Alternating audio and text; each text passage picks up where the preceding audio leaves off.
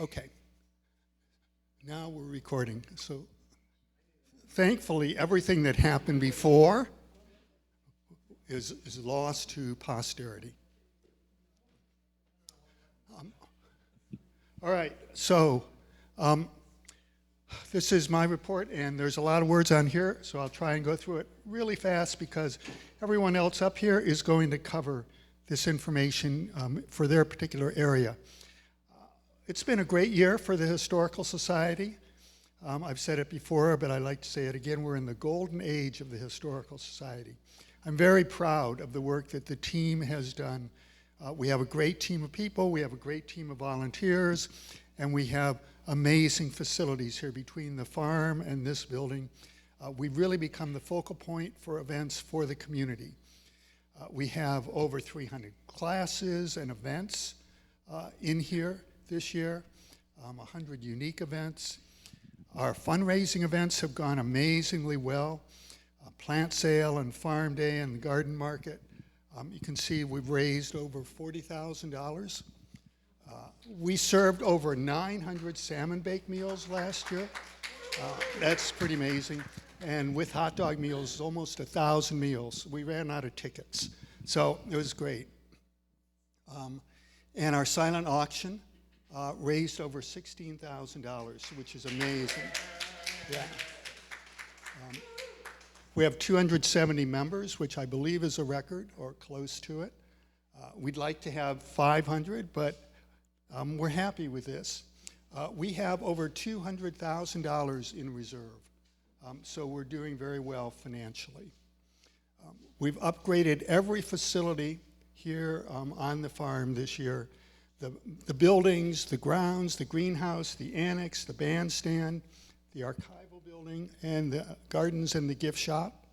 We've upgraded our displays, which is kind of the museum part of us, right? The signage, the displays, the collections. We released a new movie, The Tahoma, that many of you saw at the film festival, and we'll probably be showing again at one of our potluck programs this coming spring. Finally, visitor engagement. We kept when I say we, really, it's the two ladies sitting right here in the front row, Virginia and Leslie, have kept the gift shop open every weekend since April. The farmhouse and the archival building was staffed every weekend in the summer, thanks to Leanne and the docents. We had almost 1,000 visitors. So it's been an outstanding year for us, I think. Next year is our 50th anniversary. We were incorporated on July 15th, 1975. So July 15th will be our 50th anniversary. We're looking for ways to celebrate it. So please send us your ideas. Anything that you think would be appropriate, let us know. Free salmon bake meals is probably off the table, but we're open to anything else. We're really just going to try and keep doing what we've done so well. Great community events. We have a 2025 vision that I'll share with you at the end of the meeting, and we're trying to move in that direction. We're enhancing the content and the usefulness of all the buildings at the farm. We're going to maintain fiscal health, and my personal goal is to find a successor. We'll talk about that at the end. Yes, so sad. Last year I stood up here and I promised you we'd have a roof over the bandstand so it would look kind of like this very cool bandstand. And we were so close. We had all the funding lined up. We had engineered stamped plans. We had kind of an approval from the building department, but we forgot about one thing, and that is the Pierce County Planning Board. The planning board said we're R10 rural, and therefore an outdoor performance center is prohibited. So folks, you were all saved from the evils of an outdoor performance center by the Pierce County Planning Board, which has all your best interests at heart. So, that looks like a bus stop to me. Well,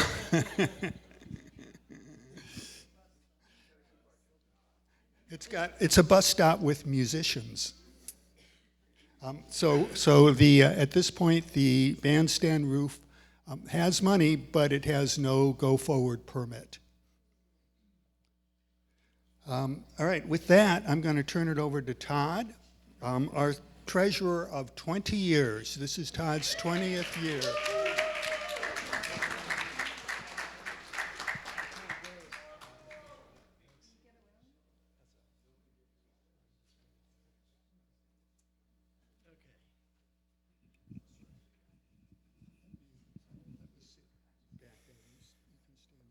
Stand out here.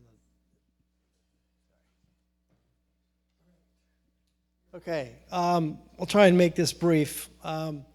Just to kind of go over the income so far this year. So for the first 10 months, January through October, and we've all got it in categories. So gift shop, probably about $10,000.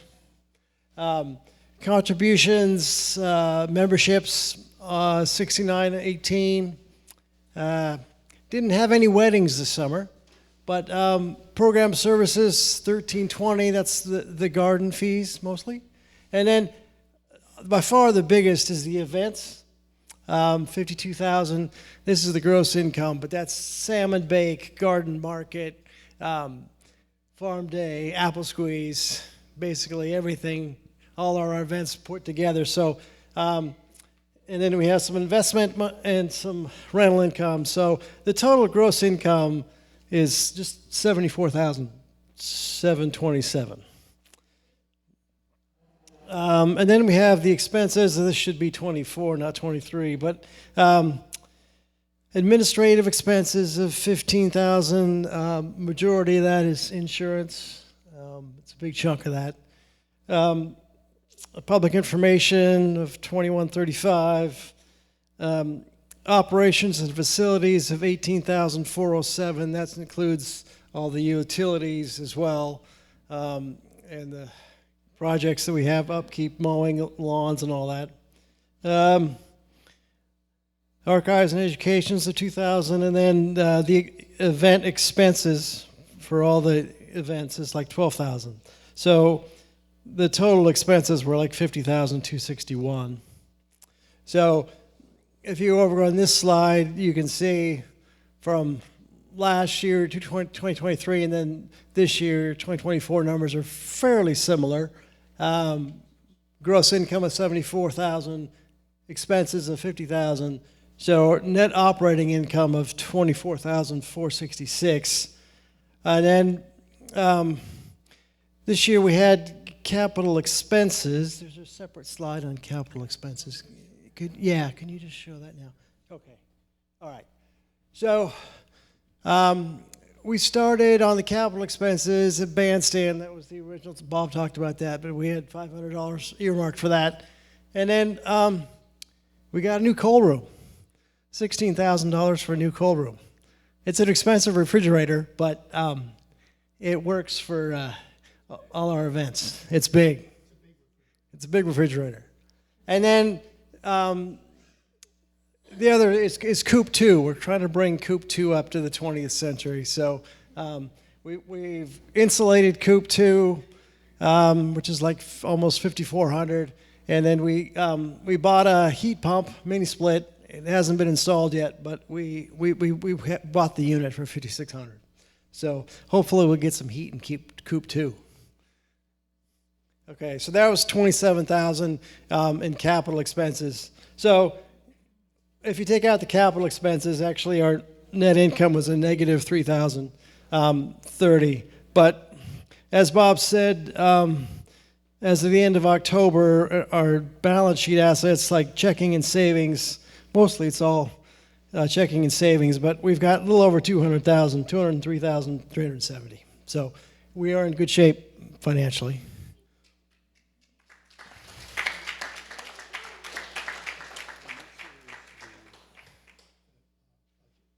Oh, yeah. And so it's on to next year's 2025 budget, and the numbers are going to be very similar to this year's budget. here's 2024's budget, and then here's 2025 budgets. And so again, we're anticipating by next year another 75,000, a gross income, expenses of about 67,000. And so net operating income a little over 85, almost 8,500. Capital expenditures for next year are kind of on hold. I mean,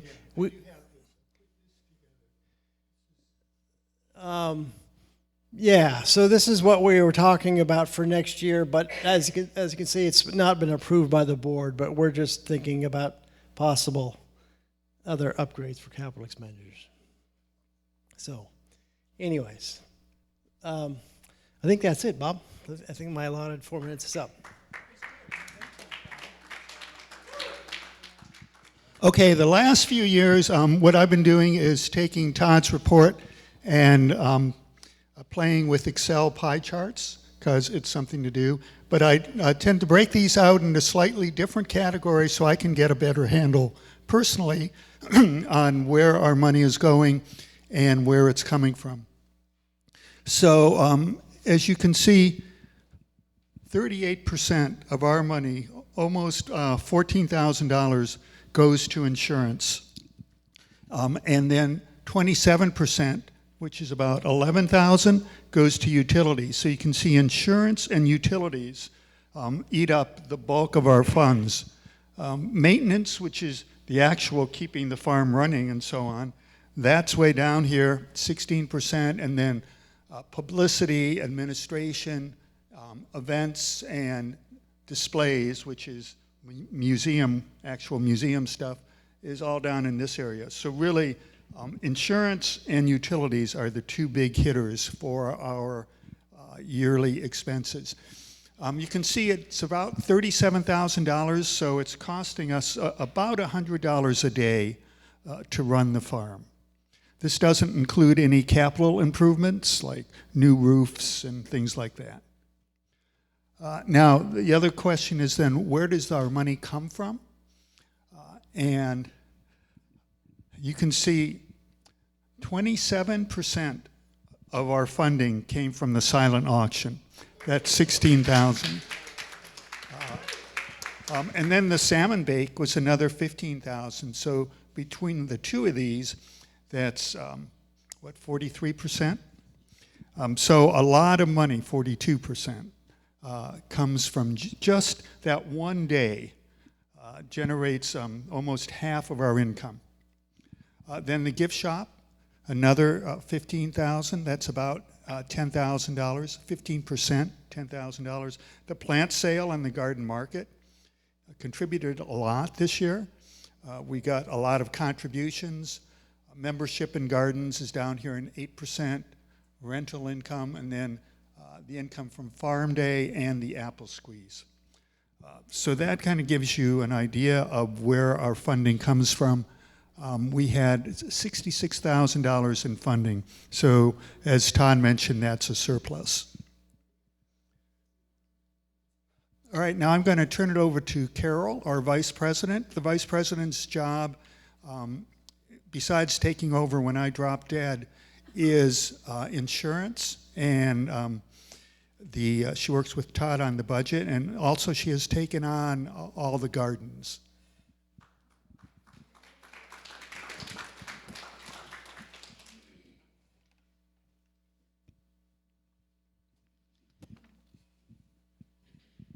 So our insurance went up a lot this year.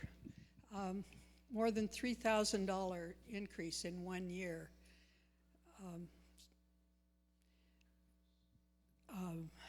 It's a big number to cover. It's one of our biggest expenses, as Bob was mentioning.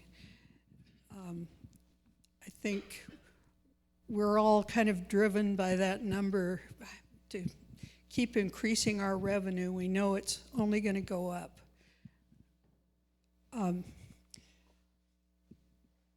It's not the most fun thing I do. I'm the board representative for all the garden activities. The The people that work with me that are kind of in charge of different pieces of the garden, the market, we've had 3 new people volunteering for the market this year. They did a great job, really great. I'll go over the numbers in a minute. We have 4 garden coordinators, 1 for each garden. They're there for the gardeners to bring problems to, organize help for them, and just answer their questions, maybe give them ideas about how to garden, for new gardeners anyway. Lori Opsel is, we kind of have 2 work parties, male and female, mostly male and female. So the female part of the work parties does things like work in the greenhouse and handle, maintain the flower beds and perennial beds, ornamentals in general. So Lori Opsel is in charge of that work party.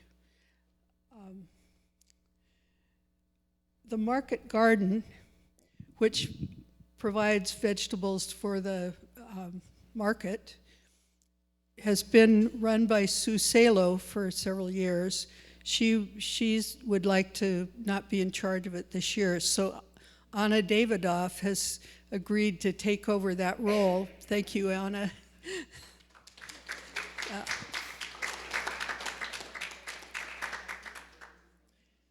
So here are our finances. These numbers don't add up because some of the plant revenue is in the market garden. They've been selling a lot more plants this year. So this is the gross number of the revenue that we brought in through the gardens. And these were our expenses, which were pretty minor. So we're almost at 10,000 for the year, and by the end of the year, I think we'll be over that because we're going to have people renewing more gardens. It was a very good year for us, driven particularly by the market. And thank you, Susie. Yeah. I'd mentioned the other people, Jane Evans and Agnes, also worked on as coordinators and kind of took turns running the market. So these are my goals for next year. Oh no, this is on the market. We had new leaders, as I mentioned. We also have some vendors for the first time, selling baked goods and mushrooms and occasionally coffee beans. We also had a lot of new volunteers that came in through the market, which was great to see. We're always looking for new volunteers, and it makes it's really more important to us to have volunteers than money in a lot of ways. And I think the market brought in quite a few. We had some in other areas too, but it was a great job seeing a lot of new people there. In the greenhouse, we've been in the past been an operation that just planted seeds and brought in vegetable and flower plants. This year, we really did a lot more in propagating plants from leaves or little pieces of stem, and I guess that was the main thing we used. We learned how to, a lot more of us learned how to do that, and it's really fun. You get big plants so much more easily, including shrubs, and I've got a couple of shrubs that are that tall that I'm going to plant in my garden that we started from cuttings.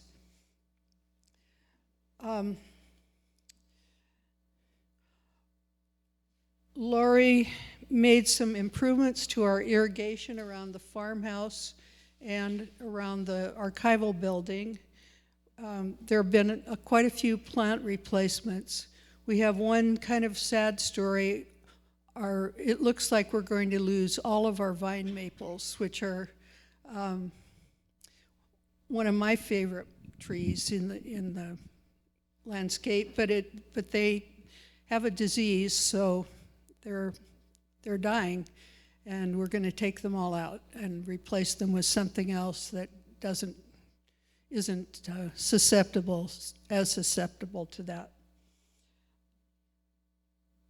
In the gardens, the gardeners have a new requirement to volunteer for 6 hours a year. This is the first year we've done that. We've kind of had mixed results, but some people have really stepped up and done a lot, and we really appreciate that.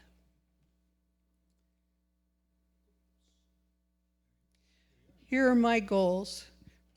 Bring in more volunteers, increase our revenue from the gardens, and provide more educational events. We're trying to provide events that the gardeners can appreciate how to propagate, how to start seedlings. Hopefully we'll be able to get the Master Gardeners team here for something of their choice. Anyway, that's it for me. Thank you.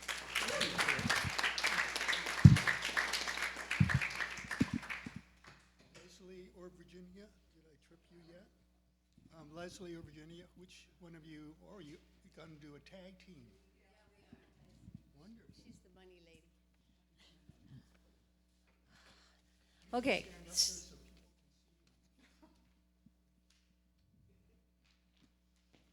Here, I'll stand in front of our picture so you can't see it. Okay, so the things that we felt like we accomplished this year is Virginia. I actually went to Anchorage in January because it was the only gift show we could find in the country that was even halfway close. And believe it or not, it was cheaper than going to Seattle for 3 days like we used to, flight and everything. And we did, all right. We have decided we won't go again next year, not to Anchorage anyway. But we did reestablish some contacts with some new products and artists and reconnected with a lot of old reps and vendors that we'd lost track of when the Seattle Gift Show went away in 2019. We welcomed more new consigners. We have trained a few volunteers to help open and close for us so that Virginia and I don't have to be there every single weekend. We did complete the phone book in about mid-June this year. And we have the calendar in the gift shop today. So the 2025 calendar is here. Please come get your copy. And it was a very successful year for us financially. So hopefully next year, and some of these goals kind of reappear every year. But we are hoping to paint the shop's windows to give it a little more color and curb appeal. We'd like to see the Nelson Corner reader board re-roofed, possibly, and maybe supported a tad bit more. We need to rearrange the back storeroom, which means we have an old giant desk in there that we'd love to have taken out so we can have more shelving, because we keep getting more and more inventory. We want to look for more volunteers, like everyone, and train some more people to help open. Start the phone book earlier and earlier so we can have it in April instead of June. And we also will be looking for a gift show somewhere in the country to go see what we can find. And added to our list is maybe figure out what's wrong with our alarm system so it doesn't keep going off every whip stitch. I'm sure it annoys the gardeners no end.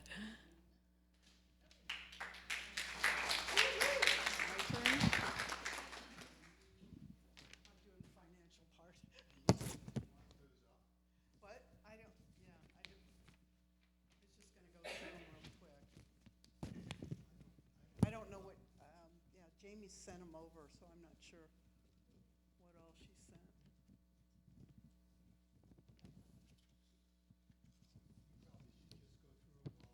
Okay. Basically, I compared.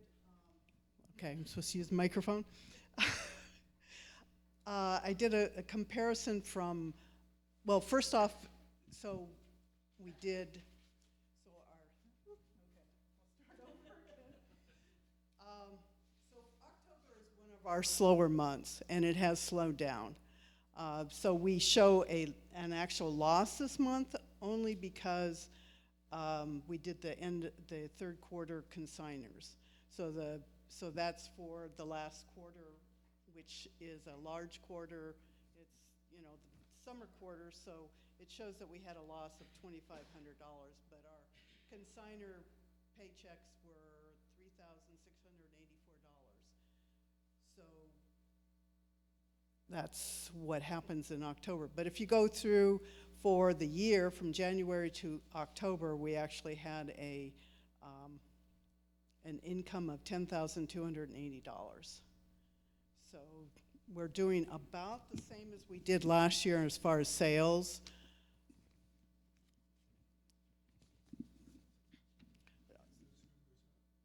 Okay. Okay, so you can see I put up the comparison to 2024 to 2023, and we did 38,000 this year, 39,000 last year. One of the things that seems to be slowing down is our wholesale sales. Those are the maps and the phone books that we sell to the general store. For some reason, that seems to have been dropping off some. But other than that, we're about the same as we were last year, and last year was a pretty good year for us. So we have an income of $10,000 this year and $10,000 last year. So we're still doing pretty good. The one other thing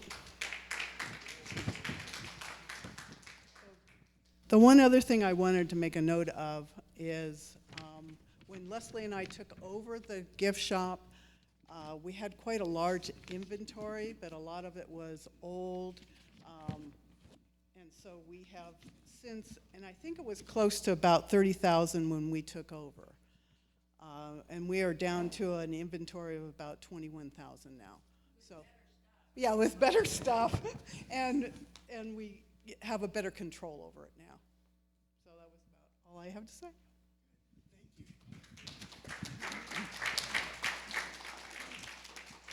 These two ladies have run the gift shop selflessly for the last 7 years.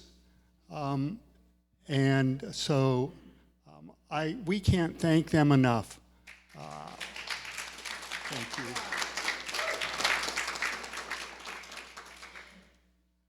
Okay, thank you. Let's see, Sally Buchanan is our secretary. She's not here, but I'll go through very quickly. She does the minutes of all the meetings.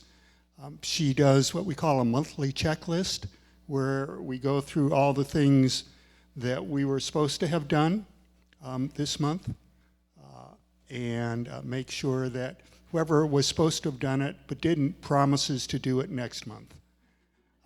And also, she's been editing our newsletter. We put out a newsletter in the spring, and she's working on one now, so there should be a newsletter out in another month or so. So she's been a great asset for us. Oh, another one that's not here, Ed. Everyone knows Ed Stevenson, and Ed's on some meds now and is not supposed to leave his house. This is, as you can see, this is the first annual meeting that Ed has missed in 18 years. That's amazing, huh? I offered to throw him in the back of my Outback and just drive him up here, but no, he was determined to miss it. As you can see, this building, the unveiling, so to speak, the inaugural event was in 2017. So we're 8 years into this building, and it looks wonderful. It still hosts huge numbers of events. We have done a few things. We added another monitor on the rear wall there. We switched internet and phone service to Starlink, which makes the gift shop very happy. And we've added some removable drapes in various places to try and contain the echo and enhance the privacy. For next year, we're going to add another monitor back by where the door is. We're going to add a hood over the stove in the office because it gets used more and more for events. And continuing routine maintenance and repair of the building. I don't know if anyone has noticed, but I think it was the end of last year, the one big monitor or one big speaker that used to be right here and hid part of the screen, we took that down. Tom Stevenson put up 2 monitors on the side, and there's also another monitor in the back in the middle. And the cool thing is that monitor is on a delay, which is equivalent to the delay for the sound, for what is required for the sound to travel from here to halfway back in the room. So you get the sound in the back without any echo. So I thought that was pretty neat. Oh my goodness, now Serena is up next, and Serena promised to be here, so I'm not sure why she's not. I actually met with her yesterday and we went over her presentation. So Serena's our events chairman, and she took over from Wendy Lassard, who took over from me, who took over from Laura, who took over from Jeannie. So it's gone through quite a number of hands over the past few years. Jeannie McGoldrick was events chairman for maybe 20 years, at least 10. And Serena, I think, will bring back some longevity to the position. She's stepped up and she's been doing a wonderful job. And we have a lot of events in this building, as you know. We have an online event system we put in place, but it's really important to have somebody in the loop. And Serena has stepped up to do that. As I mentioned before, our events have raised a lot of money. We've sold a lot of salmon meals. We've hosted a lot of classes and events in this building and in the other facilities here. We, together with Island Arts, who's sort of our cultural arm, we've done 5 concerts. We had a film festival, winter art show, a whole bunch of monthly meetings, a whole bunch of workshops, over 100 reservations for use of this building and this facility this year. So for 2025, we're going to keep up the good work. Serena asks that you make reservations online, but if you want to change a reservation, please contact her directly. She'll work with you to change it, especially if it's a recurring reservation.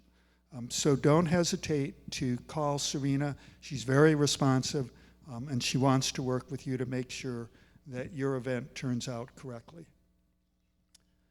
Okay. John, you've got a microphone.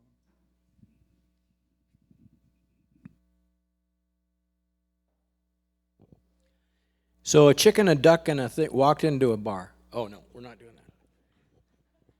that. Okay. Okay, well, I am the Public Information Director, and as he's mentioned before, we've had just a ton of events here. And the thing is, communications is critical. We have to get public awareness to all of our events, the AIHS events, as well as all the other events that come in here. And we've had quite a few from different sources. The concerts, as he talked about, the art clubs, the writing workshops, poetry nights, potlucks and programs, photo contests, open house, holiday open house, film festival, memorials, weddings, anniversaries, Saturday night social, share and care, garden club, health and safety, meetings. We've had quite a bit in here, and of course the key is to get everybody in the loop on that, let them know what's coming up and how. And I'm tasked with advertising and promoting all those events, not just the AIHS events, but also other outside sources. Island Arts in particular does quite a bit of stuff with us, and And this has turned into quite the venue. As Bob has mentioned, we've had so many events in here, and all of them require notice to the public to get them in here.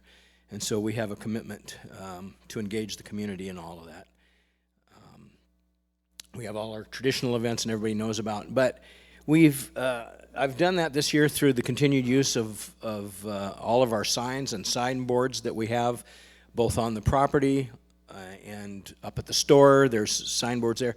We also have a large inventory of vinyl signs that can be put up at various places for all of our events, particularly the big ones, the Farm Days, Salmon Bake, Silent Auction, the Apple Squeeze, and the bake sales, and the garden markets.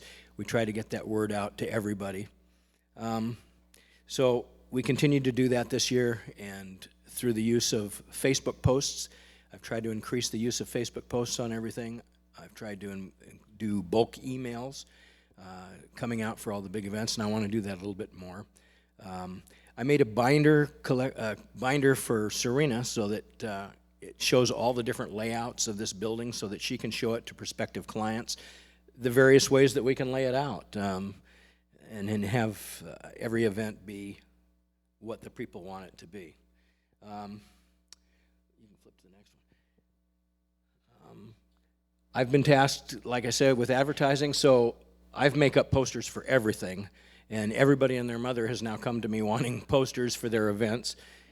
These are just some of the events that I've made posters for. There's a couple there that came from Island Arts, but I've modified them for our use to put up there. But like I said, advertising is the key. People aren't going to show up if they don't know that it's here. So we had a great turnout at the film festival. We've had a great turnout at all of our events. And you know, word of mouth is big, but advertising is also big. I've increased all of those, the signage. I also do the input for the sounder each month. I get input from the various people on what they need and what they're expecting to come up. We try to get all that information in the sounder for those of you that take that, and if you don't take it, you probably should, because it's a good source of information about the farm. Like I say, we have had a huge, huge year this year from our personal events, the AIHS events, and outside sources, and you know, we want to advertise all of them and promote all of them to get everybody in here. We've also got Bob has done signage. You've seen the sign in front of the building here and in front of the house and in front of Coop 1. That's also part of communications and very well done. It enhances the community's vision of this place and what we're all about, because we are committed to engage the community in all of these events, and we do that through communications. I think we did a pretty good job of it this year. For 2025, applaud. For 2025, it's going to be more of the same. I'm going to step it up even more. I want to revamp some of our signage and signboards. I've talked with the RIV. We're going to do some tabletop ads at some of on their tables and at the cafe too. They're willing to do that, and for some events, I did it once this year to get it going.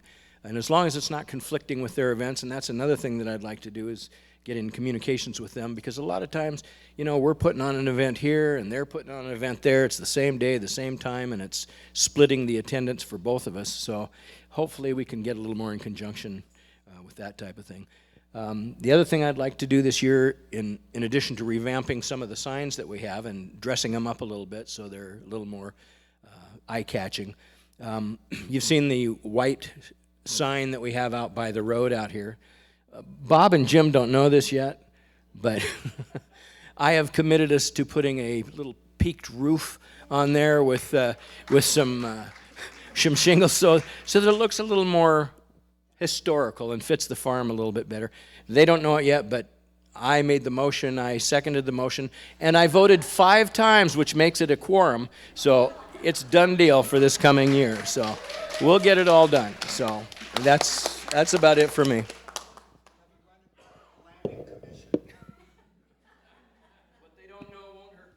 All right, thank you, John. John's done an amazing job for us. He was reluctant to step up, but he's done a great job.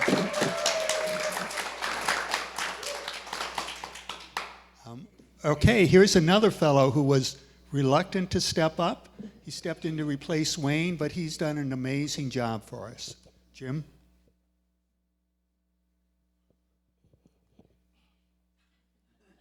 You can stand up, you know. I'm going to sit down. Or you can read your... The goals for 2024, as earlier stated, we installed a new cold room compressor, and that will last us for the long, long term. Though the one that was there was 23 years old or 30 years old, it had pretty well, we sucked all the life out of it. It really couldn't keep things cold for any length of time.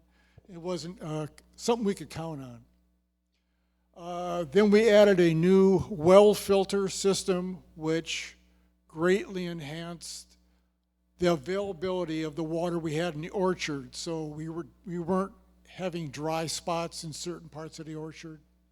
Everything was well saturated. It also helped out with the gardens in the different locations. Then we enhanced the look of it with the help of the volunteers. And we have new garden gates that are prominent everywhere.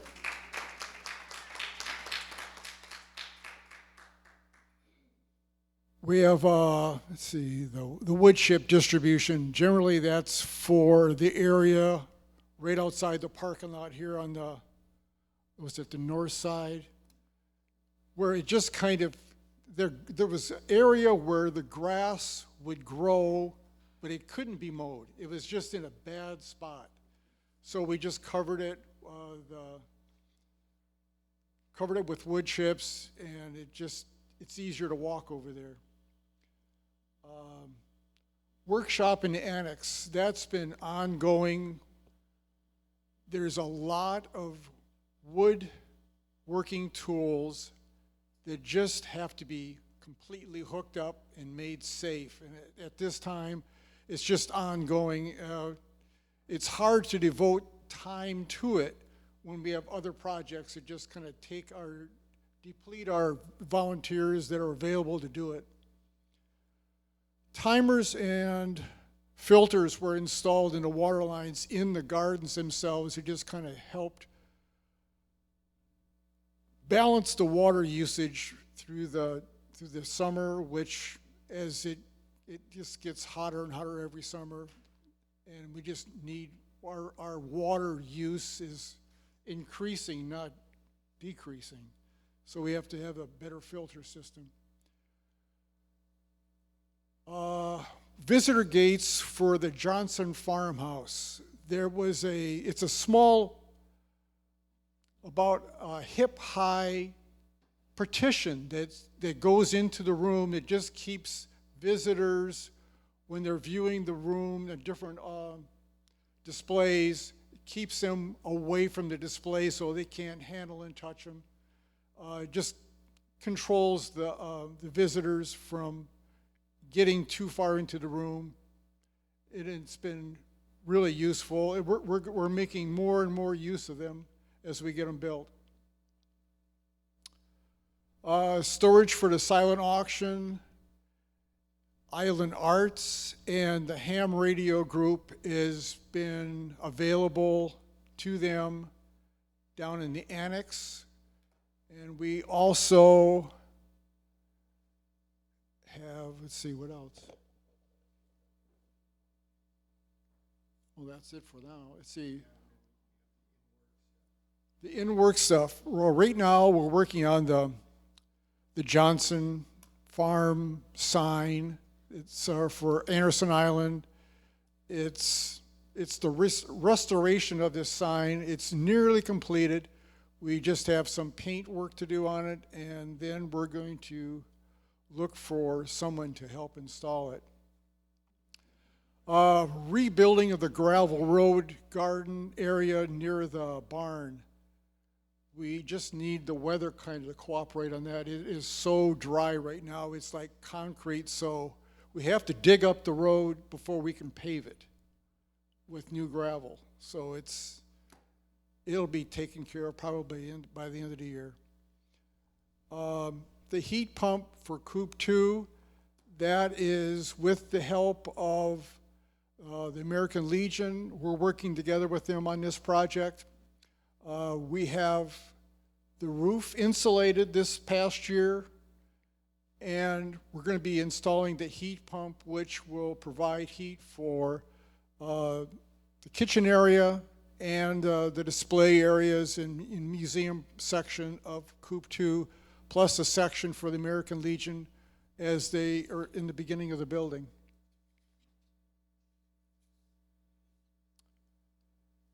And then we have my goals for 2025. Once again, the heat pump installation. Improve the old sawmill exhibit, make it more accessible, because right now it's a bit overgrown and frankly it's been neglected. So we're going to update that a little bit more, make it more accessible. Apply timber on the barn. That's a wood preservative and a bug deterrent, and we need to put that on the barn just to protect it so that it has a lot more longevity. And we're going to add warehouse shelving in the annex, which will give us some more floor space. And install another well filter, which will help support the gardens themselves. We're getting so much water needs in so many innovative ways of watering their plants and gardens that we need to upgrade the system so that it's a little more dependable system. And the roof on the sign, maybe. That's all I have.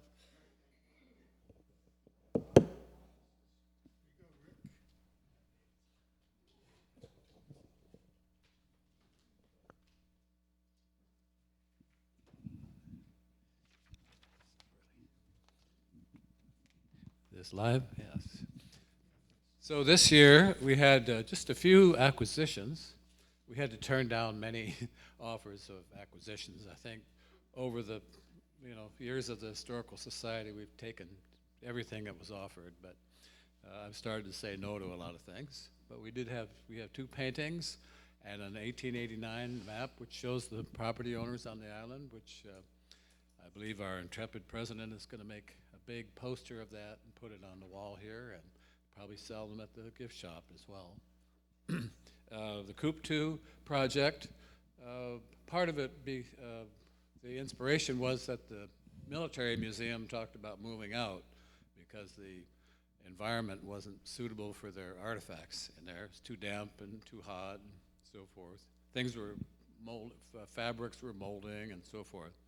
So we're doing that in cooperation with them. That should also make it easier to work on the other displays in Coop 2. I believe we could say that Leanne finished the pilot house restoration this past year, and then she and Bob have made a wonderful movie, which you'll hopefully, if you haven't seen, you'll see very soon. Some of you might remember in Tanner a few years back, there was an article called The Lost or Extinct Apples, I think it was called. And we also had a presentation from David Benscotter last year talking about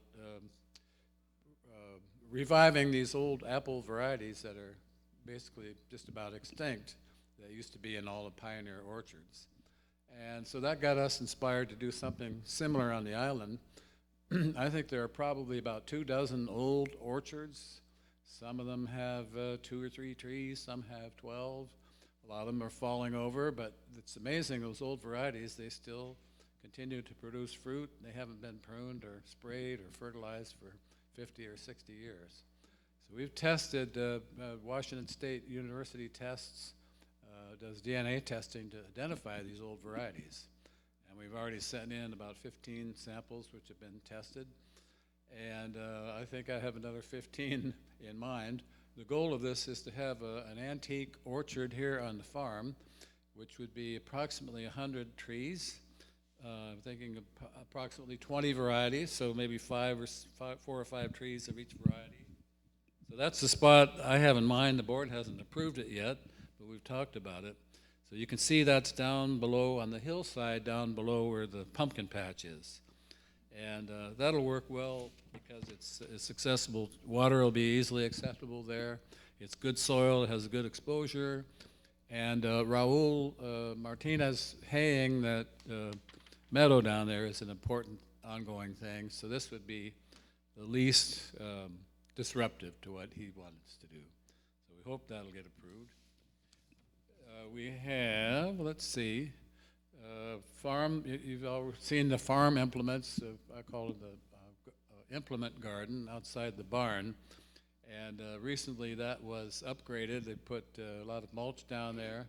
And we really need signs identifying these implements and saying what they were for. So that is an ongoing project, which I hope we will complete by the salmon bake next year. We have the Hazel Heckman ongoing project. Hazel's papers were donated to the Historical Society by her family. 12 boxes of correspondence, short stories, manuscripts,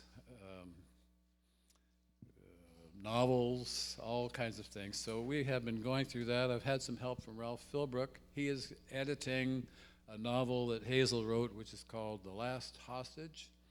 And I'm currently editing a book called Blackjack Country, which is a tribute to her parents. I think I'm going to call it a Kansas Childhood. But we'd like, that's 300-400 pages, so we'll have to figure out different ways that we want to approach that, maybe get it printed. It makes good reading, The photo collection, we have, sad to say, well, we have a great collection of old island photos. Sad to say that many of them are unidentified. They're just in boxes and file cabinets in the storage room, so they're not deteriorating at least, but they need some work. Cindy Haugen has started to go through them and identify them, and we'd like to get them scanned and put on our website and maybe put in a more rational storage situation. Let's see, where are we? The Johnson Farmhouse. Mary Raby has been curating the farmhouse. Jim already mentioned some of the improvements that have been made there, including they took off the doors, which is better gives a little bit more space and some better access. The next step is a very deep cleaning of the whole farmhouse, and then she's going to start going through the inventory and weeding out things that are redundant and so forth. So Mary's doing a great job. She's in California right now, so not here. We have a scrapbook project in mind. We have all kinds of boxes and file cabinet full of newspaper clippings, magazine clippings, other memorabilia that it's just begging for someone to show up and make a scrapbook or scrapbooks out of them. We could probably have one for each decade of the history of the island. So that's something, nothing's been done, but I really hope somebody will show up and work on that.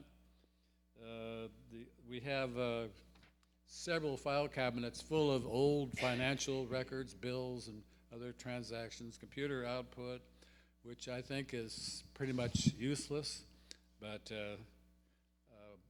it's kind of terrifying to go through there and think you might be throwing something out that's valuable. So that's a project I'd like to have some help on, to go through these old books and clear out some space in the file cabinets. The Anderson Island Brickyard. Well, as you know, we had a brickyard on the island in the 1890s, and there's a lot of mystery surrounding that brickyard because everybody who worked there is dead, and very little information has been passed down. So Karen Carter Schwendler has been researching this, and she's hopefully going to give a presentation about this in March. We also started a small archaeology project to try to figure out where the various parts of the operation of the brickyard were. Do we have a we have a picture of that somewhere? Oh, I see, way down at the bottom there.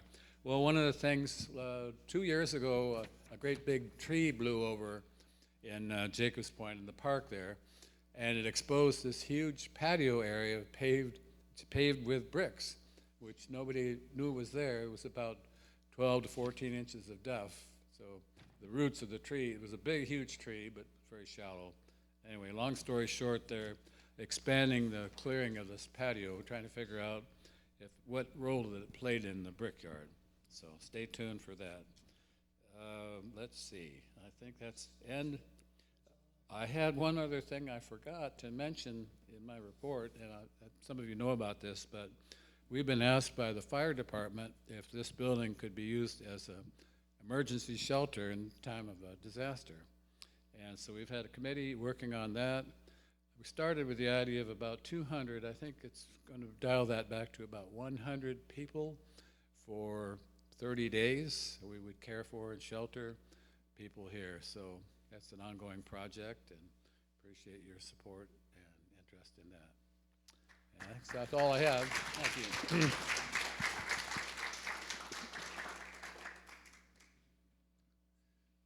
Leanne.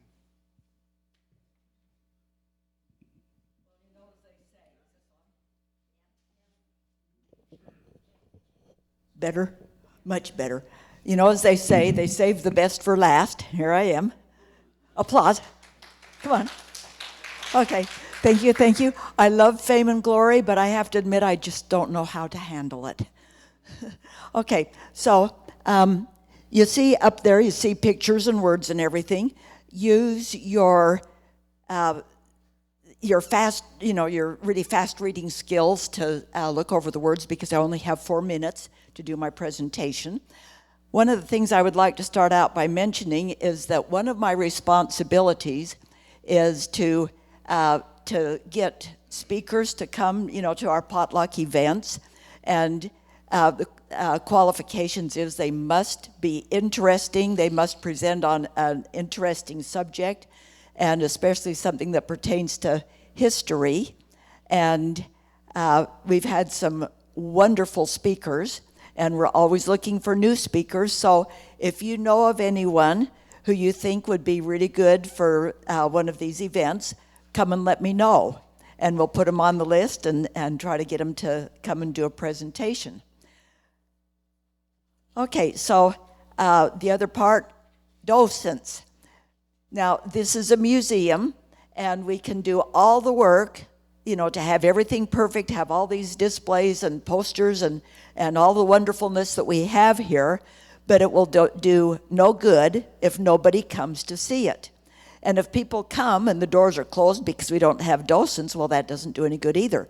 So the docents are key connectors with the visitors to, show off what we have here.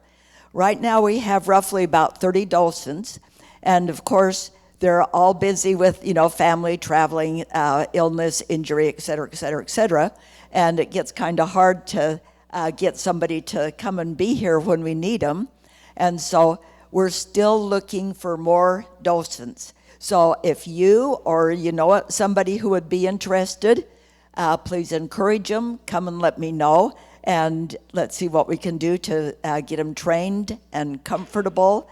And it's a fun and exciting thing to do. You get to meet wonderful people from all over the place, and plus you get to learn the history of the island, and which I think is quite fascinating. Just a bitty little island, and boy, it's just packed with history. Okay, there was something else really important that I was going to say, and I forgot already. The visitors, we've had several, opportunities to take particular groups who called and made reservations. We had an antique vintage Chevy club that came and toured the farm, and that was fun. They had their wonderful old cars, and we also had, of course, the Anderson Island Elementary kids came and toured the farmhouse and picked apples, and that was really a lot of fun. And we had a group from a retirement center who came and toured the farm, and they just loved it, and it was that was a lot of fun. And we also had a group of about 30 students and their teachers from China who were here, and that was a lot of fun too. So anyway, looking at goals for next year. Now, some of these I'm not sure if I should call them goals or if I should call them in my wildest dreams. But one of the things that I would like to do is I want to, I know I can already hear somebody saying, good luck with that one, you know. What I want to do is approach the American Legion and see if they could provide docents for Coop 2. And that way we could open it up. They'd be able to show off what they have. And of course, people could go and look at the rest of what's in there. And it would help us to be able to keep that open. We could also open the SAW display. One of the things that I wanted to mention is that we did have some occasions where we were able to open up the barn and take people in for tours, and also went to the SAW Museum. And then one that I was excited about was one day when it was during the, what was it called, the historic reenactment thing, but I got to let like 8 people go in and look at the Tahoma Pilot House. I was really tickled about that because, you know, as you're probably aware, Tahoma Pilot is precious to me because I'm the curator there. And I will say no more because I only have 4 minutes, and I think I'm just about done with my 4 minutes. So, anything else you want me to say? Okay, thank you.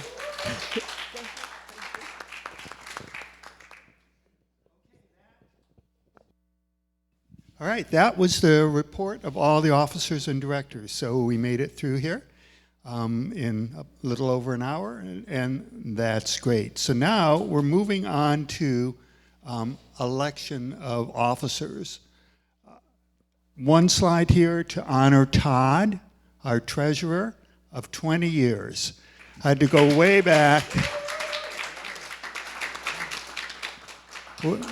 to when they were still using abacuses to keep track of the books to find when Todd started. And he took over from you, is that right? Me? No, you weren't treasurer? Oh, well, okay. So we're looking, Todd wants to step down. We're looking for a replacement. We had someone lined up, but at the last minute they pulled out. We've got someone else on the hook. But for right now, Todd will reluctantly continue as treasurer until we find him a replacement, which we have promised, cross our heart, and hope to die to do. 4 more years. No. All right, so election of officers and directors. We have 4 people whose term is expiring this year. Me, Carol, who's our vice president, Todd, and also Rick, our archives director. I was hoping that this would be my last term as president, but we don't have anyone lined up quite yet. We do have someone in mind who, in theory, has agreed to take over next summer, spring or summer, when they come back from Arizona.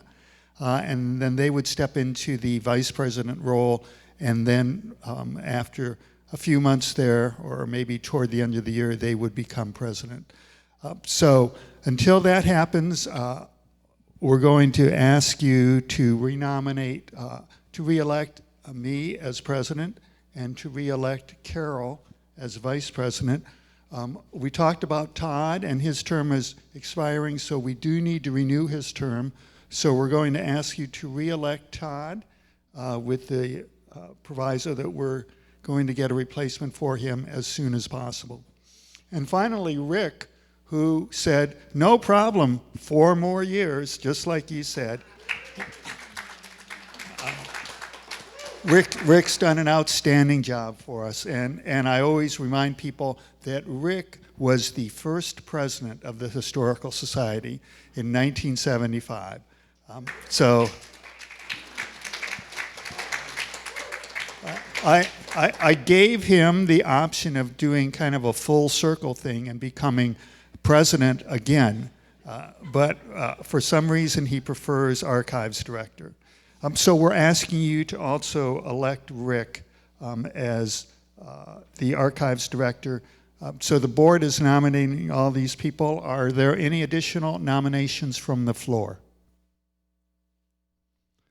Okay. Yes, that is exactly right.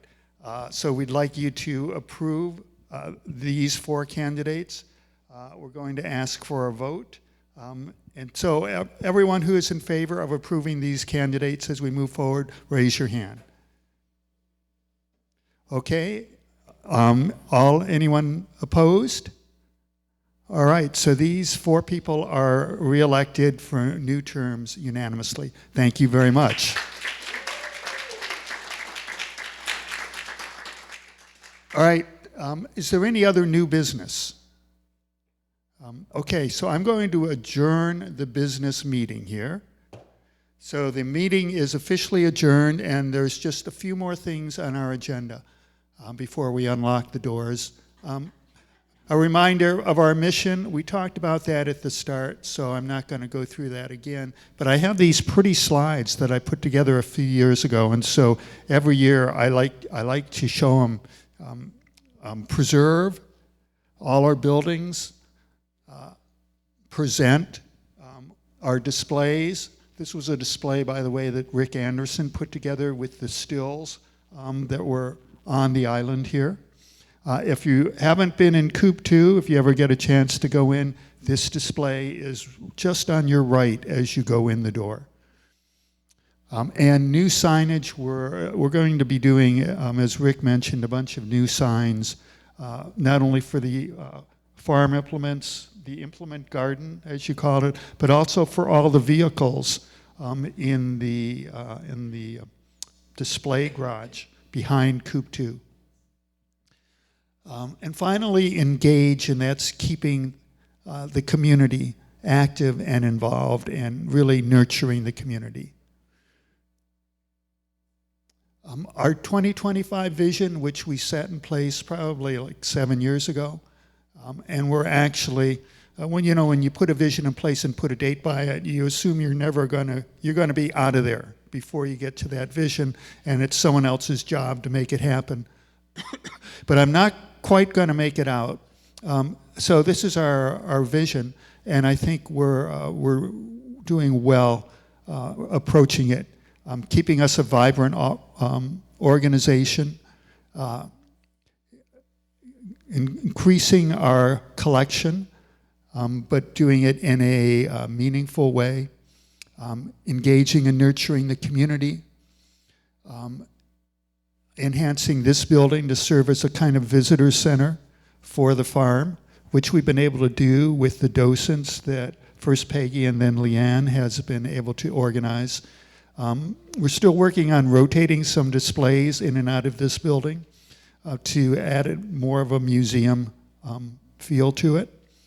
And then the whole Johnson Farm, maintaining the buildings, improving our signage, having a crew of docents available for tours, and an interesting and vibrant gift shop. And so all of those things, which were part of our 2025 vision, we're almost there.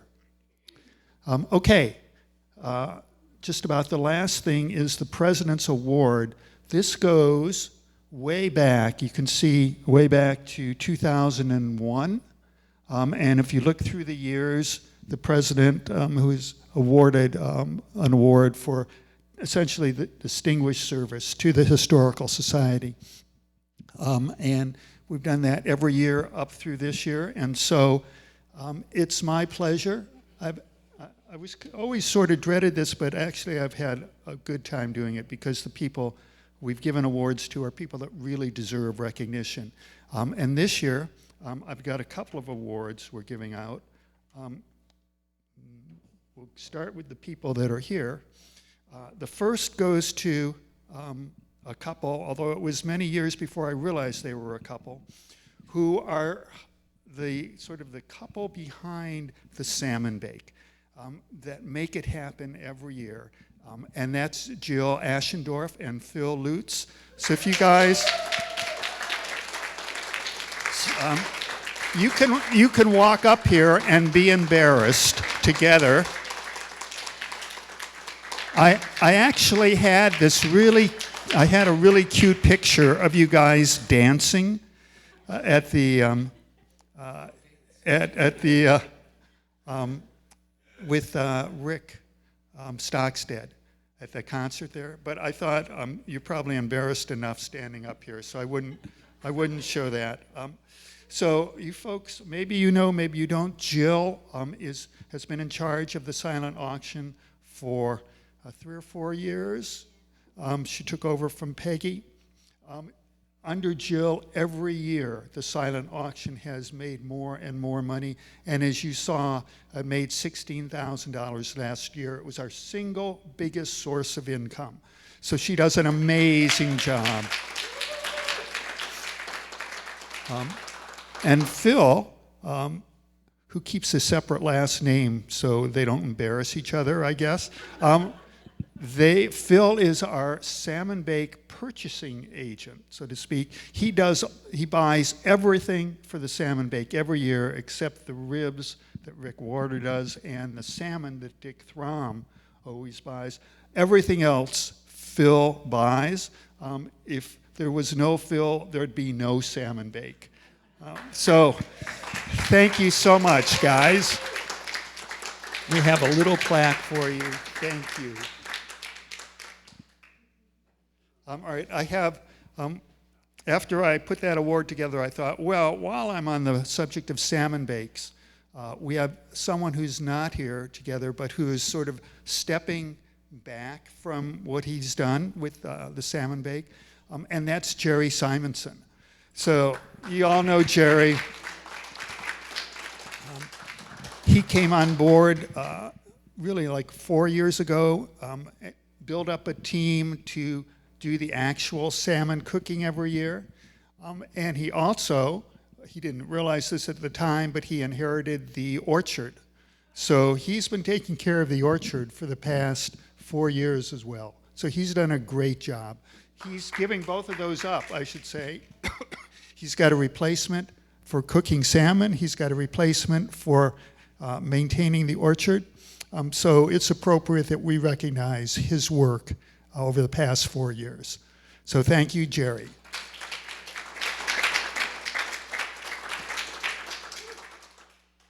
All right. Look, we're almost, this is, I think, the last slide.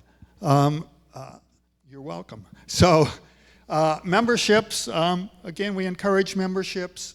New members, we're still giving this book away. I think we're down to what, 10,000 copies?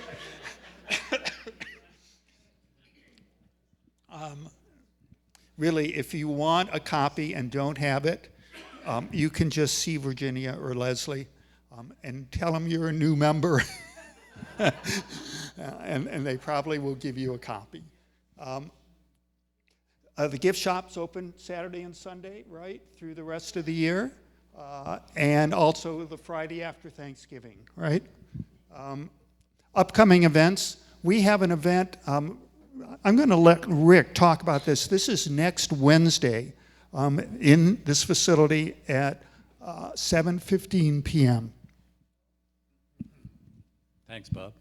So as I mentioned a little bit, the fire department, of course, is the lead agency to sort of take care of things on the island if there's an emergency.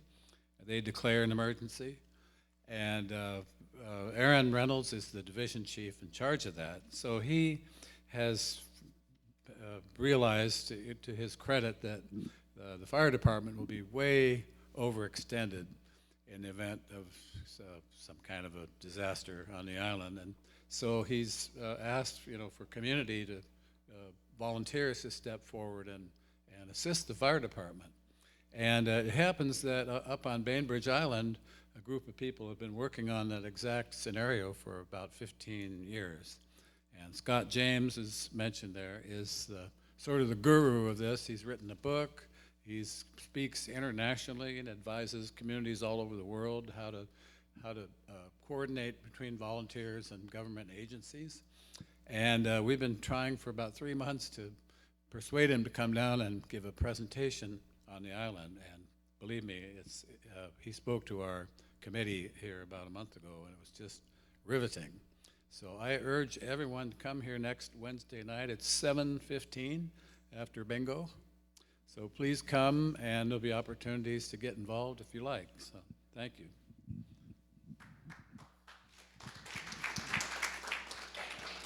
Thanks, Rick.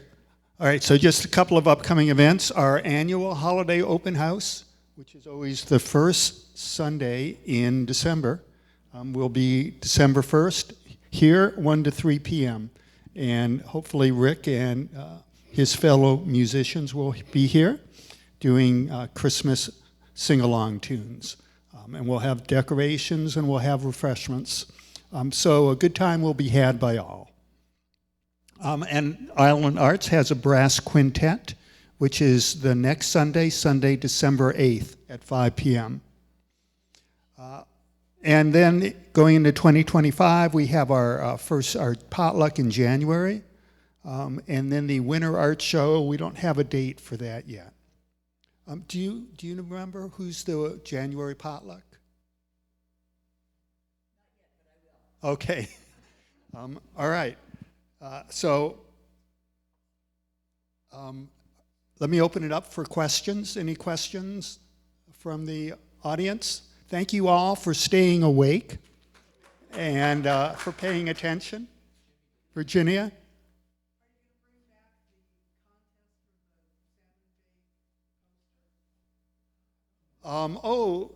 If you would like to lead that contest, we would bring it back. The reason we kind of gave up on that contest is because we had no entries. Okay. Well, we tried to revive it, but we had no interest. But so no one is standing in your way. You are welcome to organize it. Thank you so much.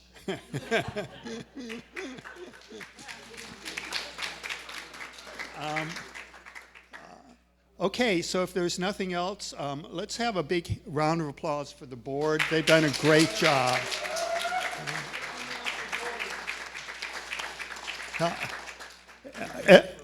As president, my job is to just stand up here and say thank you to everyone who does the actual work, and thank you to the volunteers and the members. So thank you all.